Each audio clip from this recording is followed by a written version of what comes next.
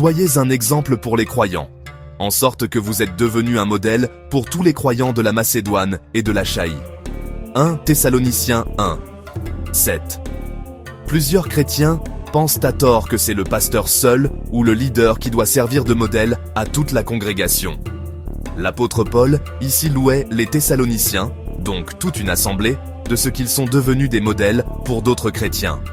Il est donc possible pour une congrégation de tellement incarner le modèle de Christ que les autres peuvent s'en inspirer. L'un des traits qui caractérisèrent les Thessaloniciens, c'est qu'ils recevaient la parole que Paul et ses compagnons leur prêchaient comme ce qu'elle est véritablement, c'est-à-dire la parole de Dieu. Et celle-ci agissait en chacun d'eux. 1 Théago 2, 13. Ils étaient devenus des imitateurs de Paul et du Seigneur. 1 Théaouagiens 6. Dans cette église, chacun recevait la parole de Dieu pour lui et la laissait agir en lui par la foi. Cela a fait que cette église s'est démarquée par sa foi et son amour des autres assemblées de Macédoine et de l'Achaïe, où la parole avait aussi été prêchée. 1 Th 1, 8. Vous pouvez tellement absorber la parole que vous devenez une référence, un exemple parmi les saints. Les frères et les hommes verront la parole faite chair dans votre vie et le succès qu'elle vous apporte.